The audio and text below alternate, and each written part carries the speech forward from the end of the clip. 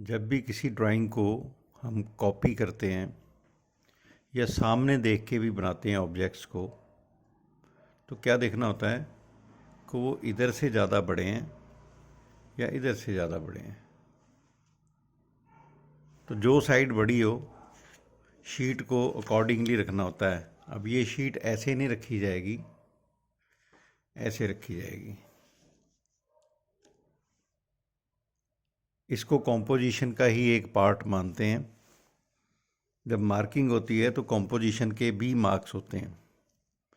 दूसरी बात, हमारे ऑब्जेक्ट, कौन सा ऑब्जेक्ट कितना बड़ा है, कौन सा ऑब्जेक्ट कितना छोटा है, ये हम ऐसे नापते हैं।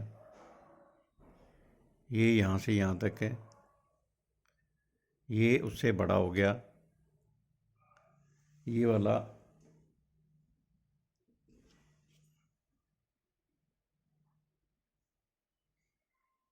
इससे छोटा है, और इसके ऑलमोस्ट बराबर है। ये दो ऑब्जेक्ट ऑलमोस्ट बराबर हैं और ये थोड़ा सा बड़ा है। ठीक है। और दूसरी बात ये देखना है कि ये ऑब्जेक्ट कितना ऊपर है इनसे, यानी इनकी ज़मीन कहाँ पे है। इसकी ज़मीन यहाँ पे है, यानी इसकी ज़मीन नीचे है, इसकी ज़मीन यहाँ पे है, ऐसे।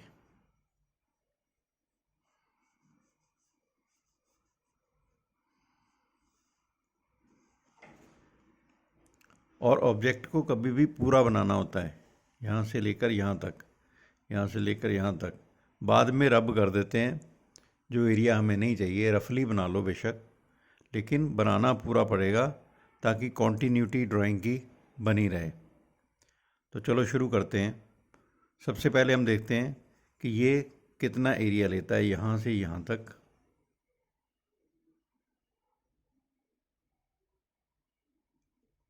ये इतना एरिया ले रहा है।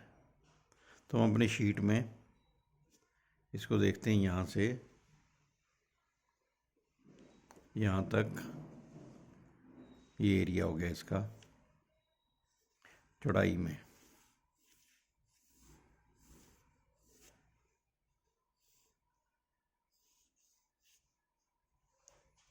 इसी तरह हाइट में देख लेंगे कि यहाँ से लेकर जो सबसे नीचे वाला ऑब्जेक्ट है और सबसे ऊपर वाला ऑब्जेक्ट है वो कितनी जगह ले रहे हैं।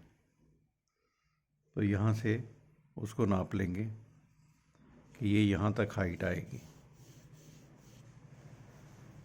तो ये हमारा वो रेक्टेंगल आ गया जिसके अंदर सारी कॉम्पोजिशन होनी है। क्लियर। अब हम ये देखेंगे कि ये ऑब्जेक्ट कितनी जगह ले रहा है। इस ऑब्जेक्ट को इधर से नाप देंगे, इस कॉर्नर से जो ये लाइन लगाई यहाँ तक, यानी ये ऑब्जेक्ट यहाँ से इतनी जगह ले रहा है। और इसकी हाइट कितनी है, इसकी इतनी, यहाँ से यहाँ तक। तो ये इसकी हाइट यहाँ पे नाप देंगे।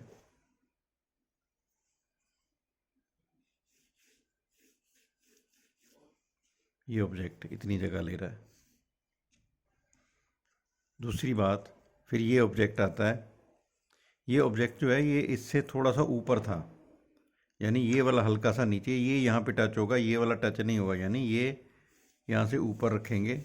जितना यहाँ से नीचे गया उतना इसको ऊपर बढ़ा देंगे। तो इसकी एग्जैक्ट लोकेशन यहाँ पे आ जाएगी।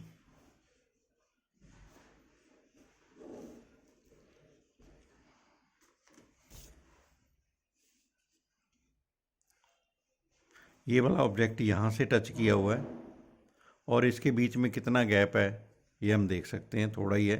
अदरवाइज़ इधर से तो टच कर ही रहा है। अब हम इसको यहाँ से नाप लेंगे ऐसे, और इधर से नाप देंगे ऐसे।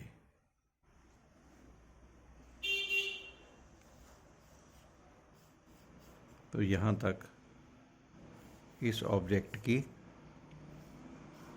शेप आ जाएगी। इसकी हाइट भी हम नाप सकते हैं, मैक्सिमम हाइट कहाँ पे है। ये हाइट में ये से ऊपर जा रहा है, हल्का सा ऊपर है। अब आती इसकी बात, ये वाला ऑब्जेक्ट। अब इस ऑब्जेक्ट से अगर हम ये लाइन देखें यहाँ से, तो इस ऑब्जेक्ट से ये ऑब्जेक्ट कहाँ पे है?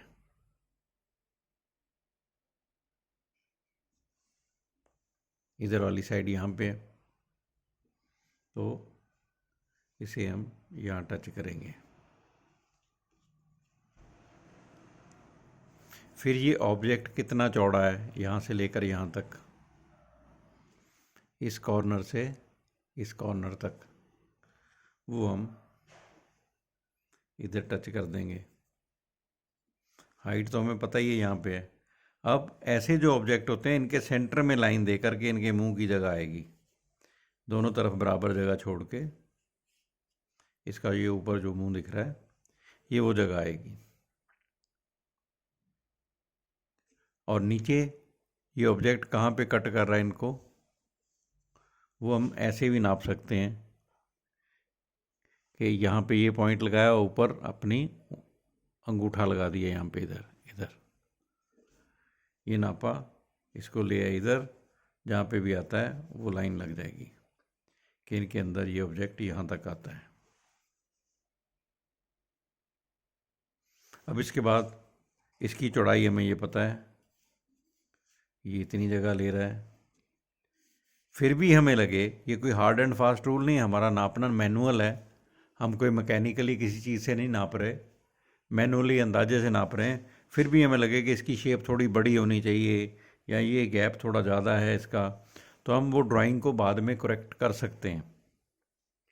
अब दूसरी बात, ये इसके 3 पार्ट्स हैं, ये ऊपर वाला पार्ट बड़ा है तो इसको नाप लेंगे। अब यहाँ से लेकर यहाँ तक कितना है, ये नापा, यहाँ पे लगा दिया, ये ऊपर वाला पार्ट हो गया। अब हम अपनी ड्राइंग को शुरू करेंगे। मानो सबसे पहले ये पीछे वाला ऑब्जेक्ट बना लेते हैं, क्योंकि ड्राइंग बनने के बाद हमें कन्फ्यूजन होगा कहाँ पे बनना है। अब इसका मुंह कितना चौड़ा है वो हम दोनों तरफ बराबर कट कर लेंगे।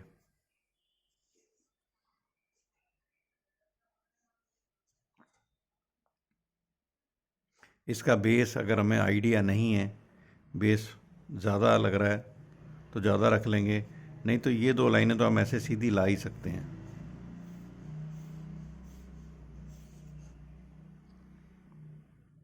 यहाँ से ये सबसे ज़्यादा मोटा इस एरिया में जाके होता है, और ये एरिया इससे कितना ऊपर है,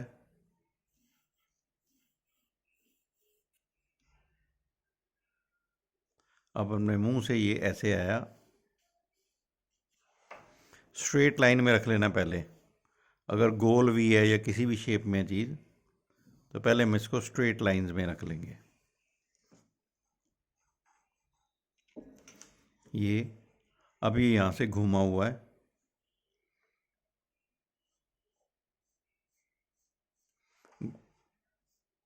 वो इस पॉइंट तक जो ये सामने आया था,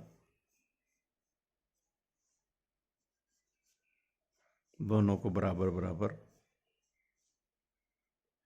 ऐसे मोड़ देंगे। हो सकता है यहाँ से भी हल्की सी राउंडनेस लेके ये जा रहा हो, पर ये सीधा ही लग रहा है।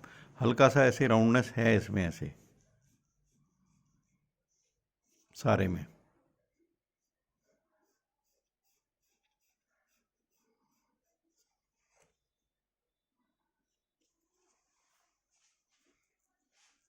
ये हो गया। अब इसका मुंह का ये एरिया,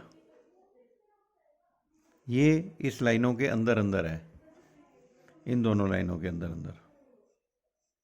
ये कितना बड़ा दिख रहा है, इसको ध्यान से इसके अंदर अंदर बना लेंगे।